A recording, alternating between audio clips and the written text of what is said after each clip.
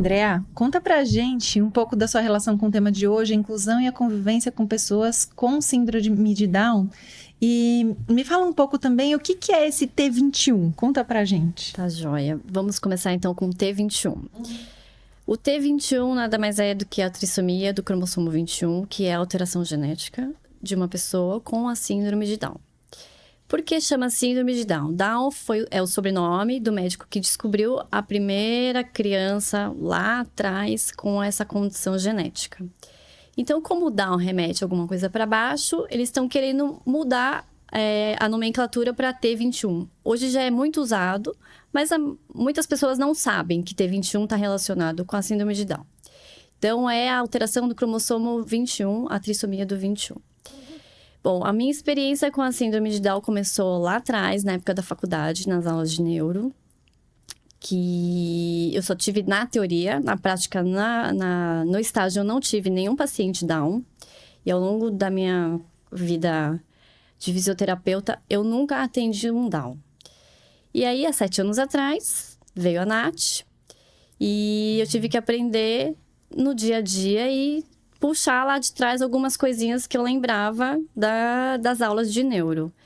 E eu aprendo com ela todos os dias, porque não é uma apostila que fala como é o desenvolvimento dela, porque é totalmente diferente. Ela é um pouquinho não, eu acho que ela é muito fora da casinha. Então, tudo que eu aprendi, o que eu lembro da época da faculdade, eu não consigo aplicar nela. E você estava contando pra gente que você fez pré-natal e tudo e não saiu no pré-natal, né? Não saiu. Então, assim, a maioria das síndromes, hoje, a gente não consegue detectar no pré-natal. Eu só descobri quando ela nasceu. Eu fiz um exame que apareceu que o nariz dela era menor do que o deveria ser, mas eu sou descendente de oriental. Então, a minha médica falou que poderia ser por conta da descendência. Perguntou se eu queria fazer o exame de amniocentese, mas é muito invasivo. Eu poderia perder a Natália. E a gente resolveu que não, porque não ia mudar em nada. A gente não ia tirar a criança. E o que tivesse que vir, a ia tocar. E aí veio a Natália. Você, quando você viu a Natália, quando eu olhei, ela nasceu 11 horas da noite. Mas assim, eu bati o olho nela, eu falei, tem alguma coisa diferente. E aí comecei a olhar, falei assim, ela é Down.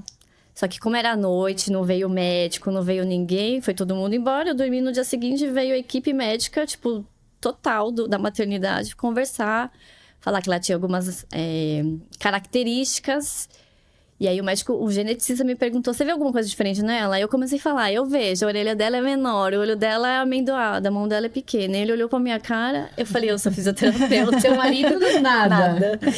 Eu falei, eu sou fisioterapeuta. Ele, então. Aí ele falou, não, mas tem que fazer o cariótipo. Eu falei, tá bom. A minha mãe que fala que mãe, quando tem filho, em 1 segundo você faz um scan, né? Você sabe tudo. Quantos dedos tem, você sabe tudo. Você assim, descreve. E aí, quando o médico saiu, eu falei, Fernando, falei pro meu marido, ela é Down. Aí ele, mas será? Eu falei, será não? Ela é. E aí, depois de 40 dias, saiu o resultado do cariótipo e realmente veio que a Natália tinha síndrome de Down. E deixa eu só explicar que a síndrome de Down tem 3 tipos. Tem o livre, tem mosaico e tem de translocação. Translocação é genético. Então, ou o pai ou a mãe tem alguma alteração no cromossomo 21 e que se tiver outros filhos, terão síndrome de Down também. Aí tem o livre, que é, acho que 90% das crianças que nascem com síndrome de Down são livres. Tem todas as células com a trissomia do 21. E o mosaico é menos de 5% de crianças que nascem com o mosaico, que são algumas células do corpo. Então, não são todas. O médico que atendeu a Nath pela primeira vez falou que ela era mosaico. Então, ela tem poucas células com a trissomia.